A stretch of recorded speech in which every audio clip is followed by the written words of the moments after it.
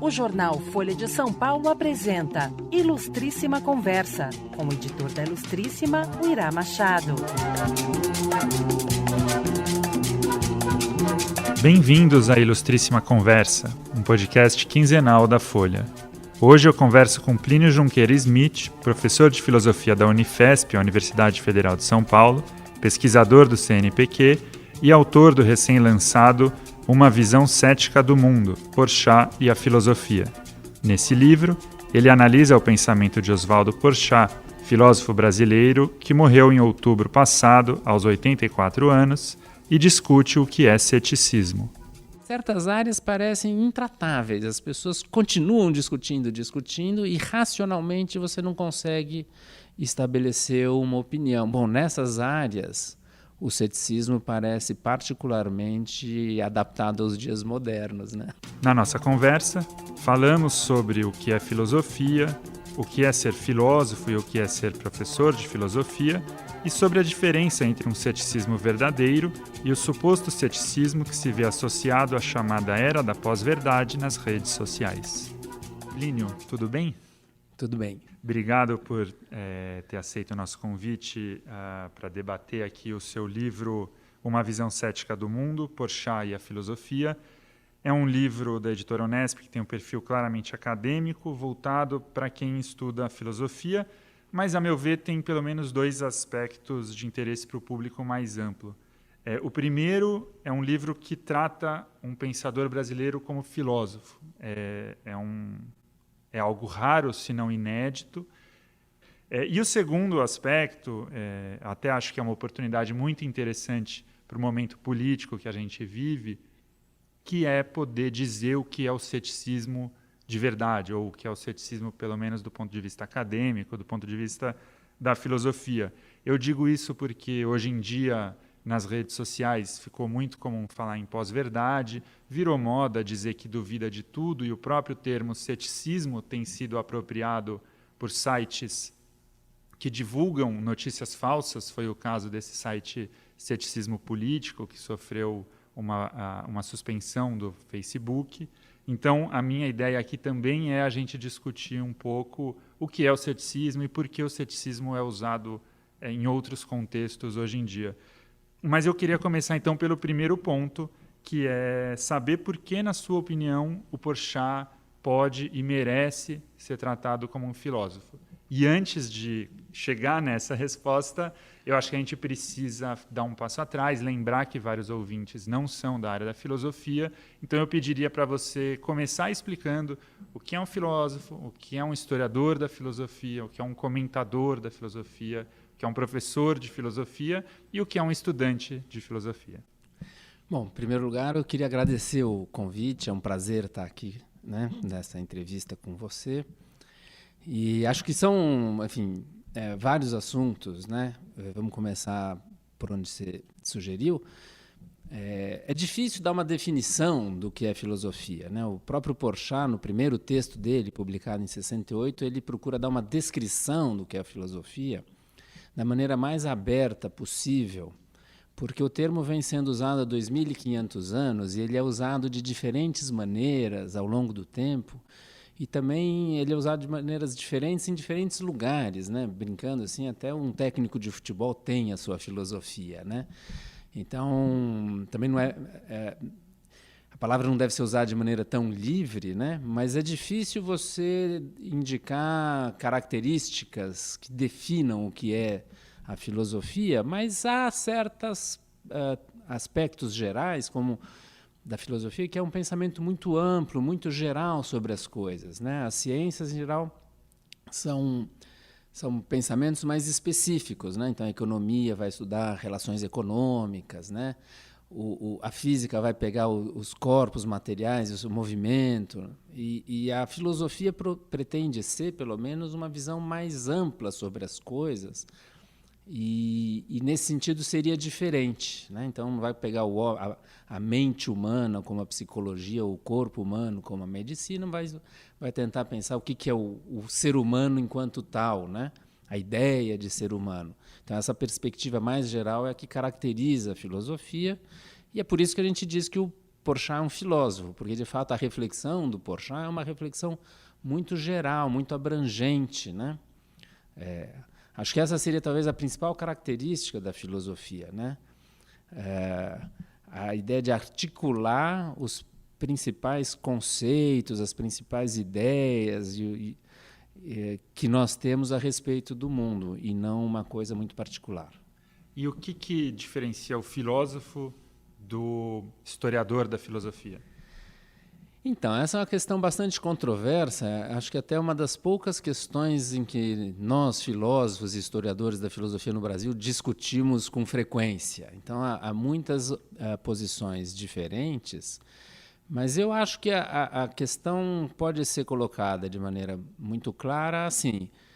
O historiador da filosofia, ele é basicamente um intérprete. Ele vai interpretar o pensamento de um filósofo do passado ou, eventualmente, até do presente, porque, às vezes, um certo pensador atual tem tal envergadura que você já interpreta o pensamento dele como um grande filósofo, né? E o filósofo, ele não se limita a interpretar. Ele vai emitir a opinião dele, né? Ele vai propor certas ideias como as corretas, as verdadeiras ou as mais adequadas, né? Então, acho que a grande diferença entre o historiador da filosofia e o filósofo é que o historiador da filosofia se faz intérprete de pensamento de outras pessoas, seja do passado, seja do presente, enquanto o filósofo busca propor soluções para os problemas atuais com os quais a filosofia lida. Então, é uma atividade de pensar e de refletir, propondo soluções, e não apenas de interpretar o que outros disseram. E tem a figura do comentador de filosofia. É a mesma do historiador? Eu acho que sim. Eu acho que comentador de filosofia e historiador é a mesma coisa. Quando você se faz um historiador da filosofia e vai interpretar um pensador, você vai comentar a obra dele, né?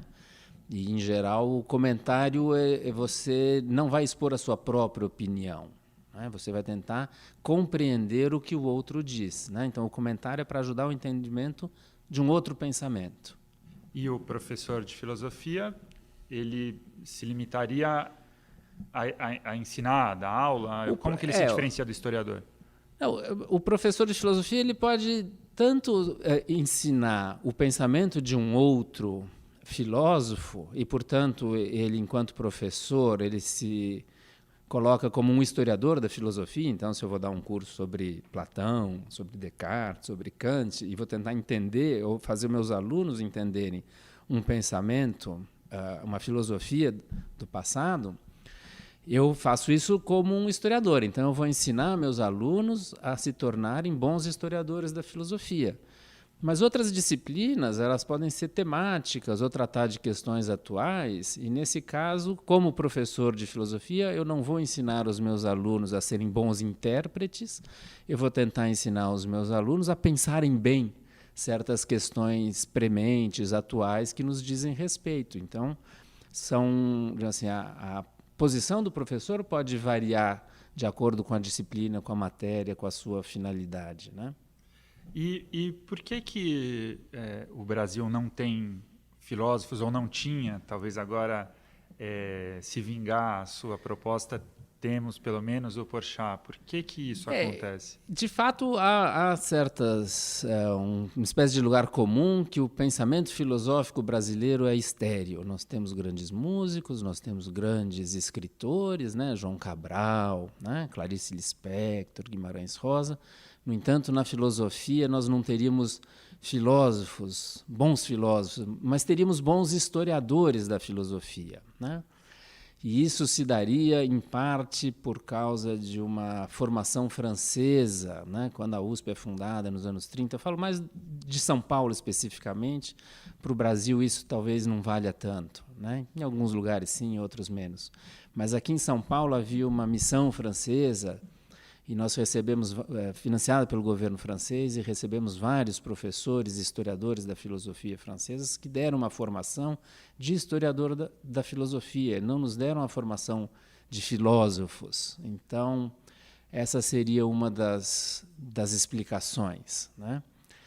Agora, isso é um pouco falso também, né? Porque, é claro, o Porchat foi formado pelos franceses. E, no entanto, o Porchat nunca quis ser historiador da filosofia.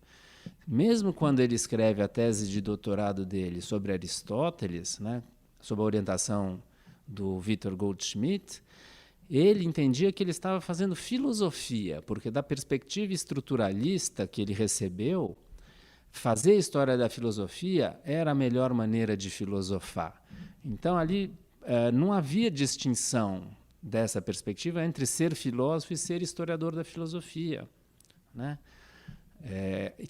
Agora, o Porchat, depois, ele se libertou dessa formação estruturalista, fez a crítica dos seus mestres, né, o Martial Guerroux e o Victor Goldschmidt, e conforme os anos foram passando e ele foi pensando as principais questões da filosofia, ele foi mudando de ideia e foi elaborando diferentes filosofias, e filosofias, às vezes, bastante originais até.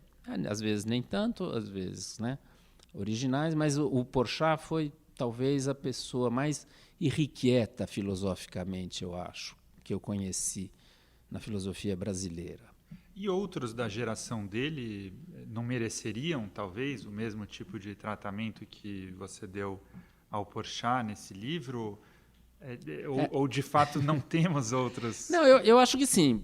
Para ser sincero, quer dizer, é que eu tenho uma ligação pessoal com o Porchat muito forte, que começa assim, não sei se deveria falar num lugar público, né? Mas quando eu tinha 15 anos eu namorei a filha do Porchat, e o livro é dedicado justamente à filha do Porchat, que é minha amiga até hoje, né? A gente é muito amigo. Então, e depois o Porchat me orientou e eu trabalhei por décadas com o Porchat. Então, é natural que eu escrevesse sobre o Porchat.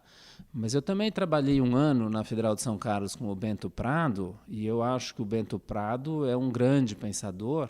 E quando eu terminei esse livro, a primeira coisa que eu pensei foi: agora eu tenho que fazer o mesmo com o Bento. Eu acho que o Bento é um cara muito inteligente, ele era muito aberto, ele tinha uma formação em filosofia política, de partidos de esquerda, né? Ele conhecia muito bem fenomenologia, ele gostava muito de filosofia analítica também, conhecia muito bem Wittgenstein, Carlo. Então, muita literatura também, e o Bento tinha uma mente muito diferente da do Porchat. E eu acho que também é uma mente muito interessante de ser investigada, do Bento. Eu gostaria de fazer, não sei se eu farei, mas que eu gostaria. Tem, no fim do seu livro, mais para a parte final, discutindo ainda o Porchat, você faz um debate sobre o tipo de ensino que deve ser dado para formar historiadores da filosofia e o tipo de ensino para formar filósofos propriamente ditos, né? A gente já falou um pouco sobre isso aqui. Eu queria citar uma passagem, não do final, mas do começo do seu livro, na qual você escreve: muitos não ousaram e ainda não ousam filosofar porque temem ser acusados de ingenuidade ao somente repetir de maneira menos feliz o que grandes filósofos já teriam dito. No entender dessas pessoas, é melhor e mais seguro interpretar rigorosamente o que um grande filósofo já disse do que correr o risco de dizer algo novo, porém de maneira mais tosca.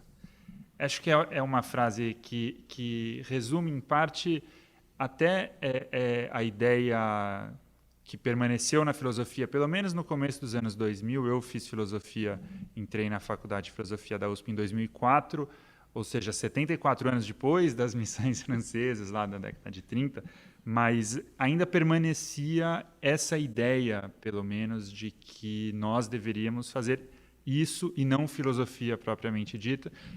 Ainda permanecia o tal método estrutural de leitura de filosofia. Então, eu queria que você comentasse um pouco o método estrutural e também dissesse se o Brasil não tem condições de mudar esse panorama, de arriscar mais.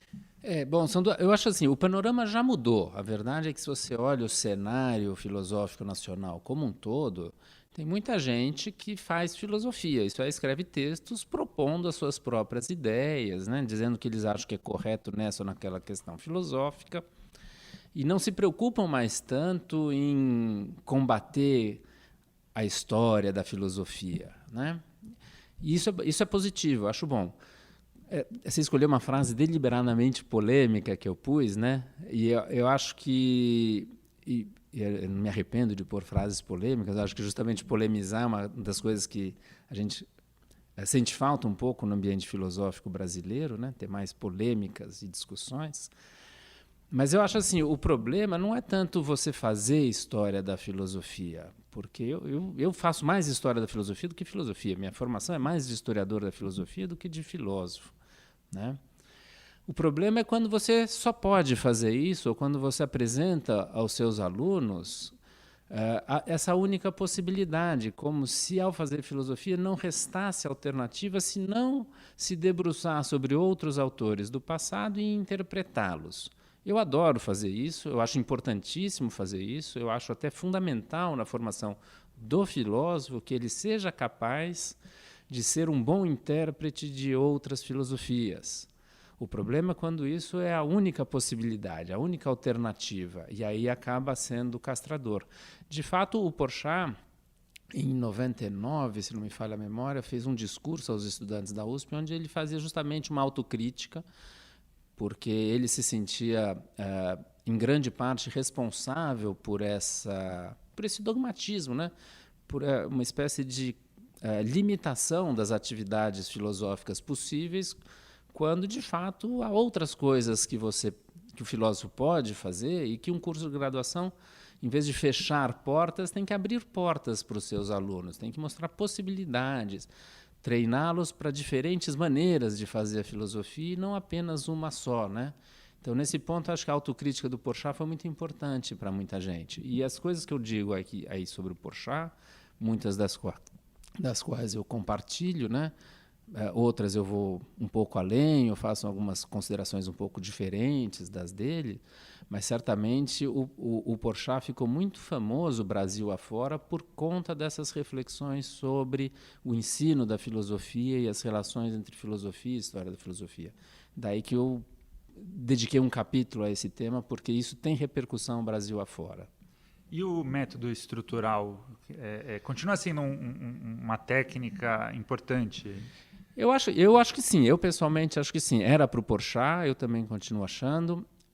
Que, assim, o Porchat fazia uma diferença entre o estruturalismo e o método estrutural. Para quem não conhece.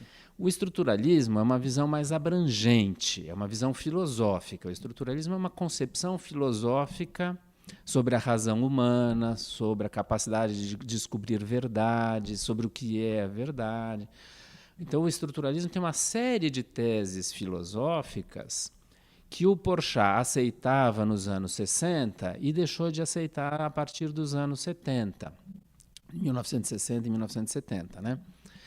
Então, progressivamente, ele foi deixando de ser estruturalista porque ele abandonou as teses filosóficas do estruturalismo.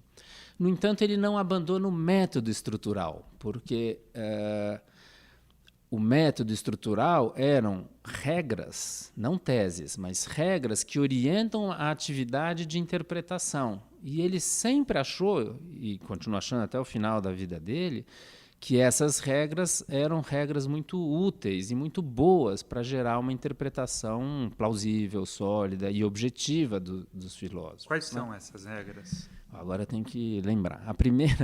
A primeira regra é que o intérprete ele não é um juiz, mas ele deve ser um discípulo do filósofo. Então, ele não vai julgar a filosofia que ele quer entender. Então, ele não vai julgar se certas afirmações são verdadeiras ou falsas.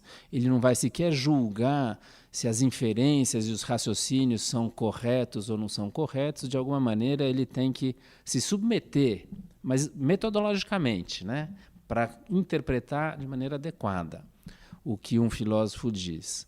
A segunda regra, agora eu preciso fazer se não me falha a memória, é de que você não deve separar as afirmações e as teses do contexto no qual elas estão inseridas. Então, isso o Porchat sempre insistiu a vida toda, né? O que diferencia uma ideia filosófica de uma ideia não filosófica não é a ideia pode ser a mesma. O que é importante é o tratamento filosófico, como você desenvolve, como você argumenta, como você analisa essa ideia e elabora, então, todo um discurso, toda uma reflexão em torno ou a partir daquela ideia, isso é que faz daquela ideia algo filosófico. Então, quando você vai entender essa ideia filosófica, uma tese ou uma afirmação, o que você precisa é entender como que essa ideia foi desenvolvida pelo filósofo. Então, você não pode separar as afirmações desse discurso argumentativo, articulado, que o filósofo elaborou. Então, a segunda regra é não dissociar as partes do todo, né? E a terceira regra, eu acho, isso é a minha interpretação do método estrutural segundo Porchat. Eu nunca vi o Porchat explicar dessa maneira, né? E a terceira regra é a que você deve buscar a maior unidade possível, evitando contradições a todo custo. Então, se um autor aparentemente se contradiz, dizendo uma coisa num lugar e aparentemente desdizendo no outro, o intérprete tem que fazer um esforço de encontrar uma interpretação onde essas passagens elas se conciliam, onde você dissolve a contradição, né? E isso com frequência é difícil, né? Quer dizer, faz parte. Essa seria a terceira das regras. Eu acho que essas são as 3 regras principais do método estrutural e isso o Porchat nunca abandonou. E, de fato, eu acho que são muito úteis mesmo para a gente interpretar um outro pensamento. Mas são regras, de qualquer maneira, que levam o leitor bom, você disse uma atitude de discípulo, é uma atitude quase subserviente ao pensamento. Isso de certa maneira, não leva o leitor a mais repetir o que o outro filósofo disse do que a pensar eu acho que leva. Própria? Eu acho que leva. Por isso que a gente estava falando da castração, de quando você ensina uma pessoa a ser apenas historiador da filosofia e a se comportar apenas como um discípulo, em vez de você capacitar essa pessoa para pensar por conta própria, você capacita ela para ser um bom intérprete. Eu não falaria de subserviência, porque é uma questão metodológica em que a pessoa, a finalidade dela é entender o outro, e entender um filósofo é muito difícil, porque os filósofos, mal ou bem, foram as pessoas mais inteligentes do Ocidente nos 2.500 anos, né? Desde os gregos. Então, é dificílimo você entender adequadamente um filósofo, é uma tarefa muito complexa, né? Então não é uma questão só de subserviência, é uma coisa em que você tem que ativamente ser capaz de expor um texto de maneira clara quando o filósofo é difícil, desfazer uma dificuldade que às vezes durante séculos intérpretes não conseguiram esclarecer aquela aparente contradição, né? Agora, isso é certo, quer dizer, você treinar uma pessoa para ser historiador da filosofia não implica que então ela possa ser boa filósofa, ela precisa de um outro tipo de treinamento para que ela possa se tornar boa filósofa e pensar bem por conta própria. Então, isso eu acho que sim, quer dizer, o método estrutural ele é muito útil, mas ele tem que ser complementado, seja na história da filosofia, mas, sobretudo, se você quiser, como professor, ensinar os seus alunos a buscarem soluções para os problemas atuais, certamente o método estrutural não vai ajudar muita coisa, não. E parece uma atitude diferente da que teve, por exemplo, o francês Gilles Deleuze, quando teve uma fase de historiador da filosofia, livros sobre Bergson, sobre Nietzsche, sobre Kant, sobre Hume, ele já dava uma interpretação toda particular, uma interpretação própria, ao mesmo tempo em que fazia, de certa maneira, a apresentação desses outros pensadores. E depois ele foi desenvolver as suas próprias ideias, seus próprios livros. Esse tipo de percurso a gente não vê no Brasil, né? Olha, eu acho que, assim, claro, o Porchat se forma nos anos 60, depois vai dar aula nos anos 70, 80, e nós estamos em 2018, quer dizer, o cenário mudou muito. E a filosofia cresceu muito no Brasil. Então, eu acho que hoje é difícil você falar de uma maneira muito simplificada da filosofia no Brasil, porque o quadro é complexo. Né? Tem muita gente de muitas linhas diferentes. E mesmo assim, eu acho que é um mito falar que no departamento de filosofia da USP, todos os professores são estruturalistas ou seguem o método estrutural. Eu acho que isso já acabou faz muito tempo, sabe? Eu acho que você tem muitos professores, mesmo no departamento de filosofia da USP, fazendo história da filosofia de maneiras muito diferentes, né? Eu, particularmente, vejo isso como uma coisa muito boa, porque permite o aluno a justamente pensar. Porque o pensamento começa quando a gente tem diferentes possibilidades e se pergunta qual é a melhor, qual é a vantagem dessa perspectiva, qual é a vantagem daquela. Se você não apresenta para o seu aluno uma multiplicidade, né, um leque de escolhas, aí sim ele não vai pensar direito, né? E eu acho que o cenário filosófico nacional e mesmo no Departamento de Filosofia da USP é pluralista. E portanto, isso é algo positivo que aconteceu. Você está ouvindo Ilustríssima Conversa. E eu queria te perguntar, Plínio, sobre o Porchat. A gente já falou um pouco dele, mas queria te pedir um esforço que é difícil, porque você acabou de escrever um livro de quase 400 páginas sobre o Porchat. E o que eu vou te pedir é para tentar sintetizar ao máximo o que define a filosofia do Porchat, ou como que você explicaria o Porchat como filósofo. Quer dizer, a gente está até agora debatendo muito o que é um filósofo, como que se estuda a filosofia, historiador, e você defende que o Porchat é um filósofo.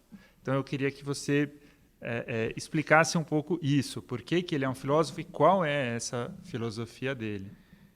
Eu acho que a chave para entender o pensamento do Porchat é essa associação que ele faz entre filosofia e razão crítica.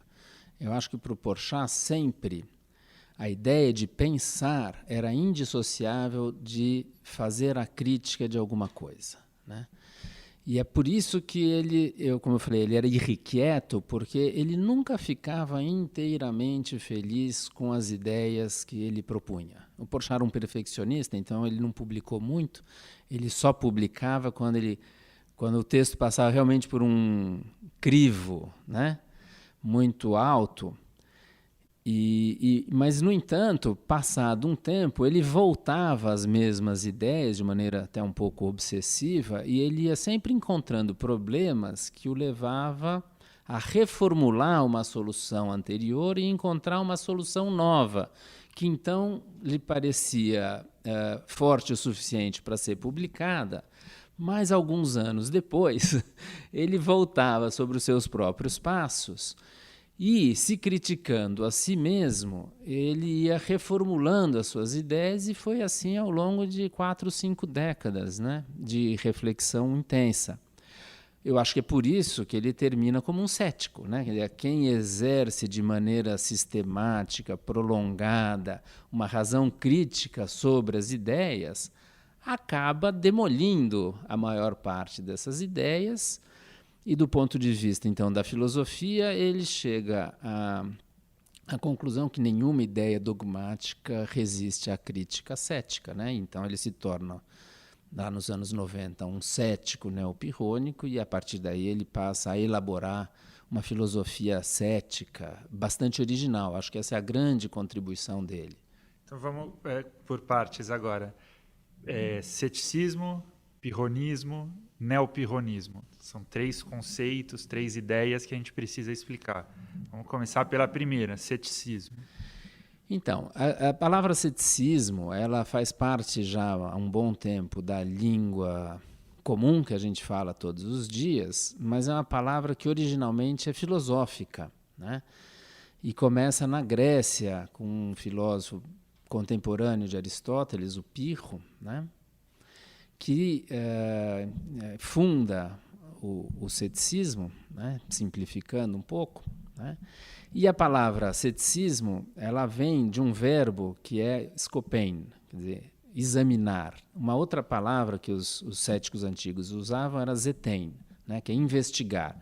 Então, o que caracterizava o ceticismo antigo é que os filósofos céticos continuavam investigando a verdade, enquanto os outros filósofos, que eram chamados de dogmáticos, isso é, tinham certas crenças, certos dogmas, que a palavra dogma também é uma palavra comum, que designa crenças, né? Então, havia dois tipos de filósofos. Os filósofos que tinham investigado e chegado a um resultado positivo, isso é, que achavam que tinham descoberto a verdade e, portanto, paravam de investigar porque já tinham a verdade.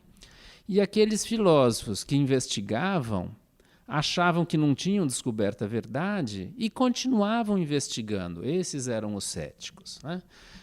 Eu acho que como esses filósofos céticos desconfiavam das afirmações dos filósofos dogmáticos, né?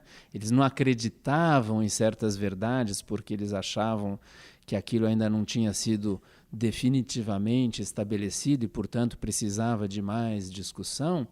Então, para a linguagem comum, a palavra cético passou a ser uma pessoa que era desconfiada, né? Que duvidava das coisas. E daí, a um passo, também é um pessimista, né? Com frequência, a gente associa uma pessoa cética com uma pessoa pessimista. Mas esses são significados da linguagem comum, derivados de um termo filosófico, mas que o termo filosófico diz outra coisa, né? Quer dizer outra coisa. Você citou Pirro, contemporâneo de Aristóteles, ali, mas não foi o cético mais famoso, né? Alguns anos mais tarde, séculos depois, veio o Sexto Empírico, que aí sim foi o grande cético da antiguidade. Na verdade, o Pirro é o fundador. O Pirro foi muito famoso, mas ele não escreveu nada. Quem escreveu foi o Timão, que foi um discípulo dele e, ao mesmo tempo, poeta. Depois, passam-se um certo tempo, o ceticismo pirrônico, aquele derivado do pirro, desaparece um pouco, tem o que a gente chama de ceticismo acadêmico, é um ceticismo que foi praticado dentro da academia fundada pelo Platão. E aí talvez o grande nome seja o Enesidemo, que, rompendo com a academia, teria resgatado a figura de Pirro e aí sim fundado um movimento que seria o pirronismo, do qual o Sexto Empírico é o herdeiro. O Sexto Empírico é o mais importante para a gente porque nós perdemos as obras de quase todos. O Sexto Empírico legou para a gente várias obras e quase todas chegaram inteiras até nós. Há uma ou duas obras que não chegaram. Hoje a gente supõe, mas é altamente provável, que também 5 livros de uma obra introdutória foram perdidos, mas, de qualquer maneira, a gente tem muitos livros e quase toda a informação que a gente dispõe sobre o ceticismo antigo vem das obras do Sexto Empírico.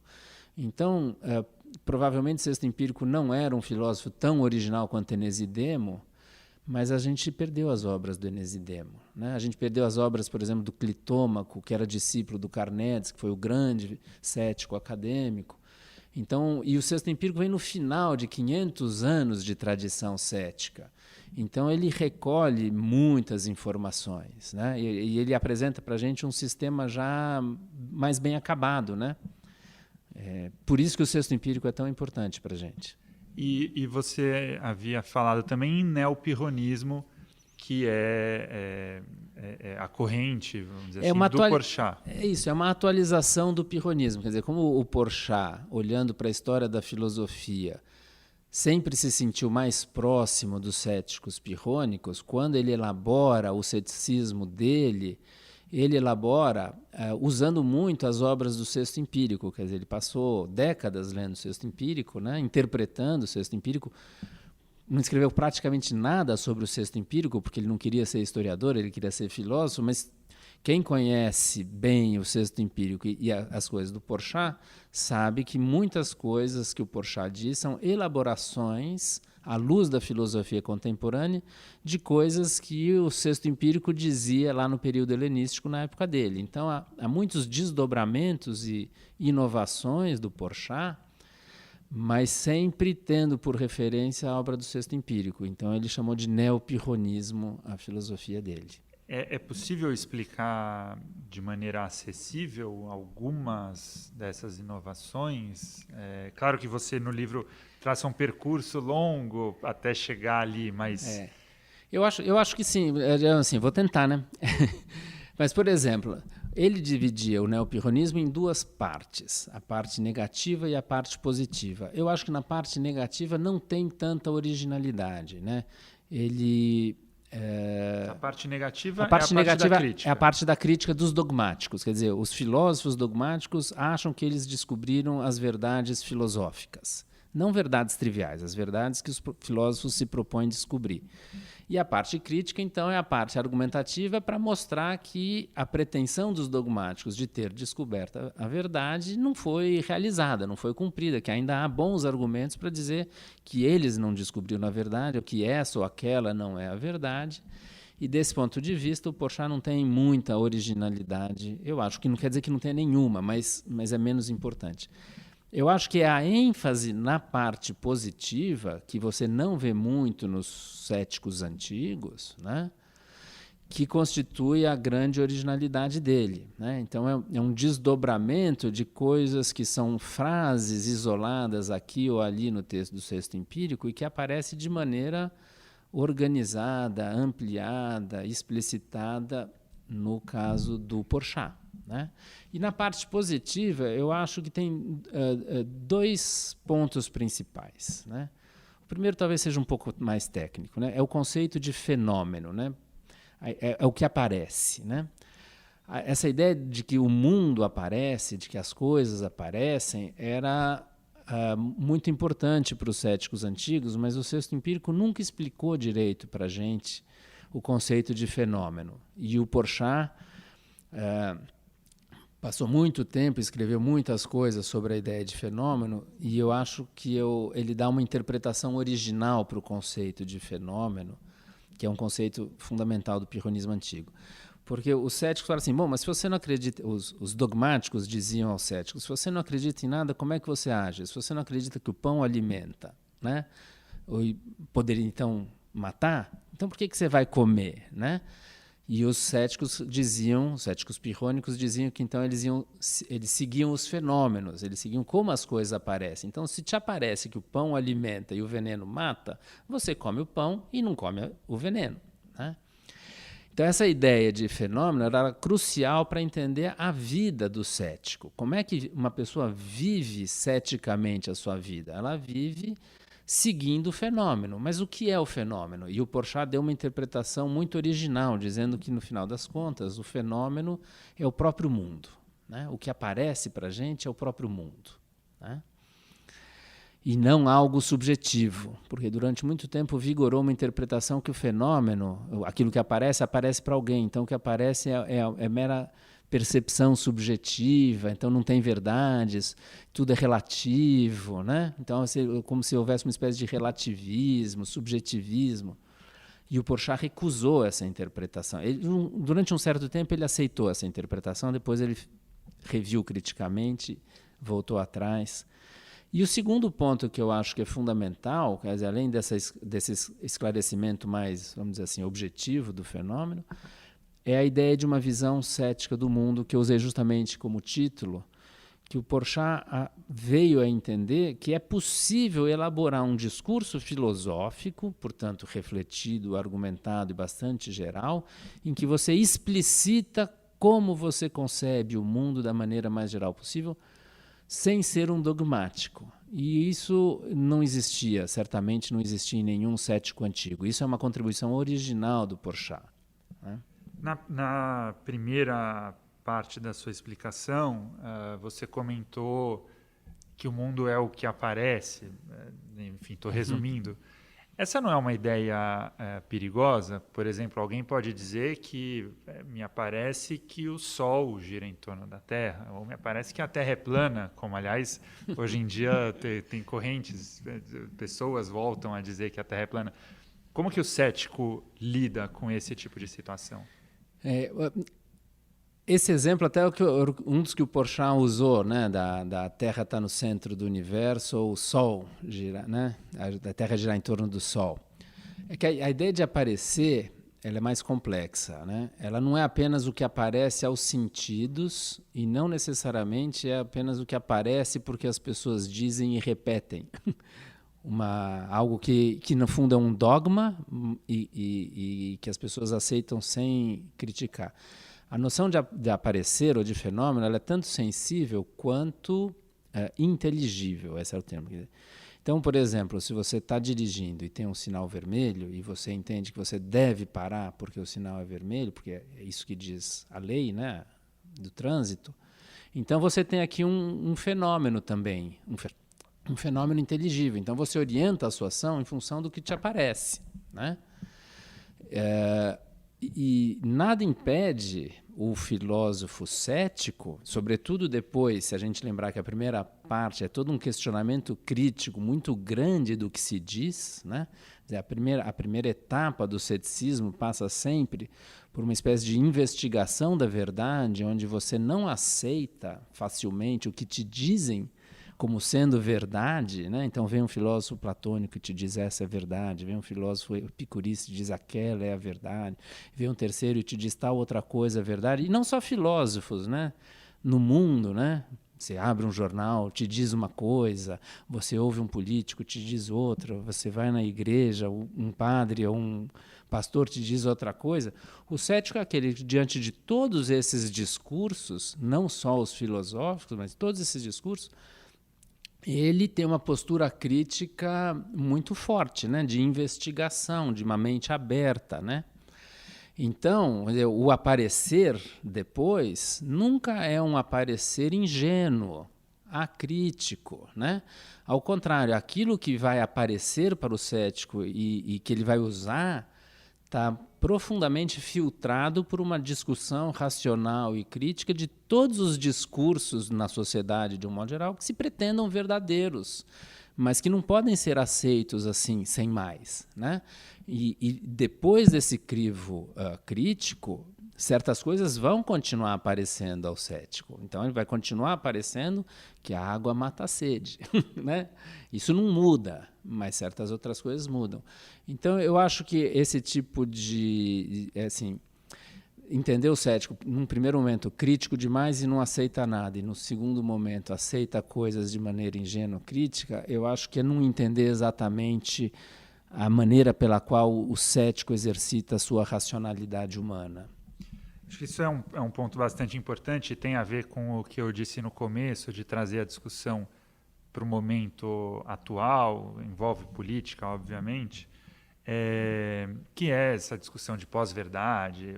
O termo cético tem aparecido em contextos diversos. Eu citei o site Ceticismo Político, que aparentemente, pelo que você mesmo está definindo como ceticismo, explicando, o termo ceticismo não se aplicava a esse site, porque ele tinha a finalidade de divulgar notícias falsas, era uma divulgação deliberada.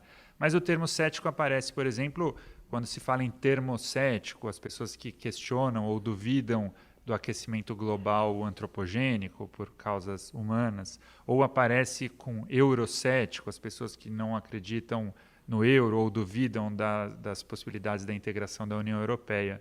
Então, tem um uso atual da palavra cético que é até curioso, parece emprestar certa respeitabilidade a essas posições, a essas dúvidas, mas, na verdade,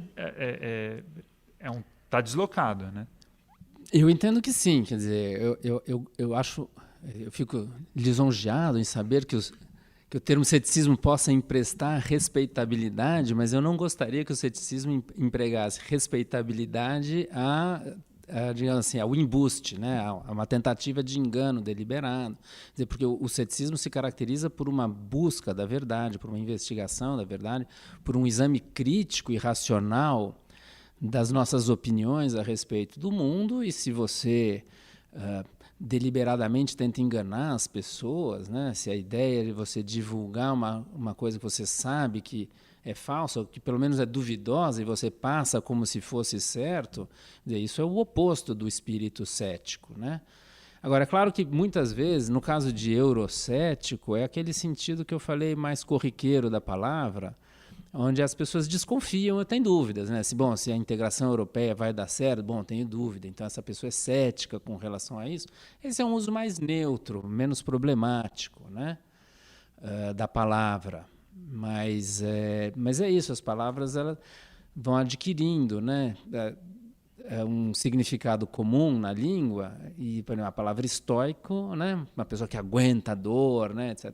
Também tem uma origem filosófica que caiu no linguajar comum e tem o seu significado comum que, enfim, tem seu uso, né? Num número da Ilustríssima, semanas atrás, teve uma entrevista com o cientista político David Runciman, de Cambridge. E ele fazia tem uma frase dele que é assim: quando as pessoas se perguntam até que ponto as evidências são confiáveis, isso é ceticismo. Quando dizem suspeitar das motivações de quem produziu as provas, isso é cinismo. Eu queria te fazer uma pergunta em relação a isso. Cinismo e hipocrisia, às vezes, são termos usados em relação ao cético, mas provavelmente com confusão, não? De fato, na antiguidade, os cínicos eram uma seita filosófica diferente dos céticos, né? Eram filósofos diferentes, com pensamentos diferentes, e até havia um conflito, quer dizer, ou você era um cínico ou você era um cético. Você não podia pertencer a essas duas escolas filosóficas simultaneamente, né? Às vezes as escolas podem ter algumas ideias parecidas, às vezes, mas em geral muitas são diferentes, né? E também, assim como ser um estoico virou vocabulário comum, os cínicos também têm uma origem, né, filosófica, né? E depois ela passa para a linguagem comum com esse sentido que foi usado, e foi usado assim, para a linguagem comum adequadamente, né? Quer dizer, o que ele falou está correto, né? Quer dizer, muitos cientistas, às vezes, têm comportamentos cínicos, né? Quer dizer, infelizmente, é uma prática que certos cientistas não aplicam o método adequadamente e podem, eventualmente, manipular um experimento para obter um resultado, etc. e tal. Nesse caso, é o comportamento que é problemático, né? Seres humanos, né? Onde tem ser humano, infelizmente, a gente corre esse risco. E um último aspecto que eu queria conversar, tem um trecho do seu livro. Você está explicando uma das fases, acho que das fases iniciais do Porchat, um momento em que ele entende que as filosofias diversas estão em conflito e é um conflito que não pode ser solucionado de forma nenhuma. Isso levaria à suspensão do juízo, ou seja, não vou escolher nenhuma dessas correntes filosóficas. E tem uma frase aqui, eu vou ler a frase não na íntegra, mas que é assim: a primeira lição é que há uma infindável pluralidade de opiniões entre os homens que jamais se põem de acordo sobre assunto nenhum. A segunda lição é que não existe uma verdade absoluta que seja a mesma para todos os homens, mas que só encontramos verdades relativas a cada um de nós. Parece perfeitamente aplicável às redes sociais, ao que as pessoas parecem imaginar quando estão debatendo no Twitter e no Facebook. Essa é uma frase sobre o Protágoras. É como o Porchat interpretava o Protágoras e retomava o Protágoras, porque esse problema que para o Porchat sempre foi o primeiro e o principal problema da filosofia, que é a ideia de conflito das filosofias, essa ideia de conflito, ela aparece de diferentes maneiras, em diferentes épocas e para diferentes autores. Isso, para mim, foi uma das surpresas. Isso foi uma coisa que eu falei pouco aqui, que eu trabalhei décadas com o Porchat. Eu achava que eu entendia um monte de coisa dele, e quando eu me pus a examinar e investigar o texto dele no detalhe, aquilo que me parecia uma única ideia se revelou, sabe, de uma riqueza muito grande, várias coisas. Por isso que o livro acabou até um pouco grande, porque se eu não enxergava, e conversando com algumas pessoas eu via que os outros não enxergavam, eu achava que eu precisava mostrar para elas, né? Então, uma das coisas que eu vim a descobrir ao escrever o livro foi que a ideia de conflito das filosofias, ela tem diferentes formulações. Então, ela tem a formulação do Protágoras, lá na origem mesma da filosofia, antes do Platão, do Aristóteles e do Sócrates.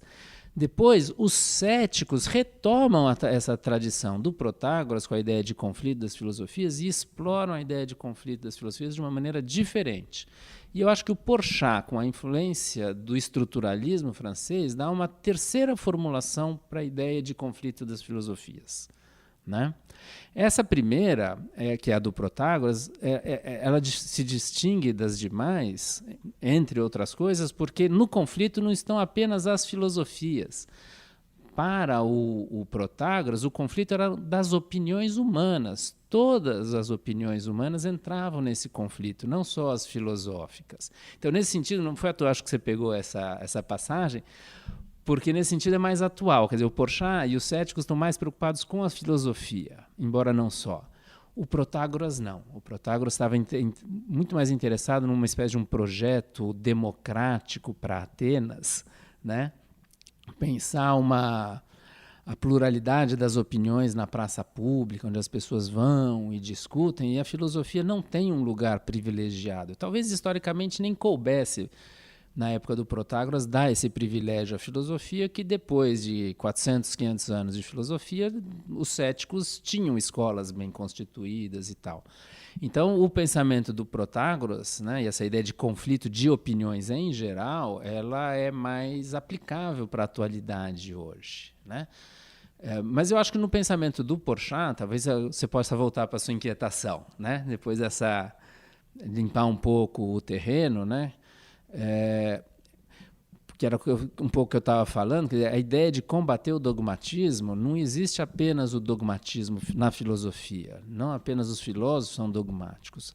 As pessoas se tornam dogmáticas na sua vida comum, nas suas crenças morais, nas suas crenças religiosas, com relação à ciência, com relação à política. Quer dizer, há uma diversidade de áreas no pensamento atual e na sociedade atual, em que a crítica que os céticos fizeram, sobretudo à filosofia, também se exerce nessas outras áreas, né? Tem tido nos últimos 20, 30 anos o que se chama de epistemologia do desacordo, que é justamente investigar o que se chamava de diafonia antigamente, que o Porchat chama de conflito. Quer dizer, como é que a gente lida com o desacordo nas mais diversas áreas da cultura e da sociedade atual, né? E eu acho isso particularmente importante, né? Parece que o ceticismo está cada vez mais atual, né? Mais importante na sociedade. Certamente, nessa tal da epistemologia do desacordo, um número expressivo de pensadores atuais, eles são céticos. Alguns se dizem céticos porque conhecem a história, outros são céticos sem saber muito bem que são céticos ou da tradição cética. Mas é evidente que certos desacordos, quando eles são persistentes, né? Isso é, nós discutimos, né? Trocamos opiniões, você levanta alguns fatos, o outro levanta outros fatos, se argumenta de um lado, de outro, depois de muito tempo de discussão, a gente continua em desacordo, parece que tem algum problema, que realmente parece que aqui é difícil encontrar verdade ou estabelecer uma verdade, né?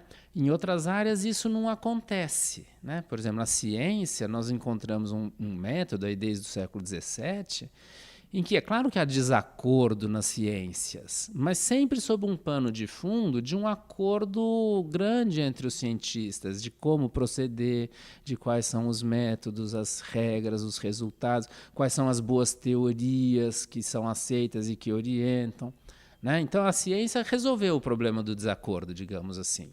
A dinâmica das crenças na ciência é uma dinâmica de muito acordo. Mas certas áreas parecem intratáveis, as pessoas continuam discutindo e racionalmente você não consegue estabelecer uma opinião. Bom, nessas áreas o ceticismo parece particularmente adaptado aos dias modernos, né? Obrigado, Plínio. Acho que foi ótima a nossa conversa. Agradeço mais uma vez a sua presença aqui. Obrigado, Ira. Eu que agradeço.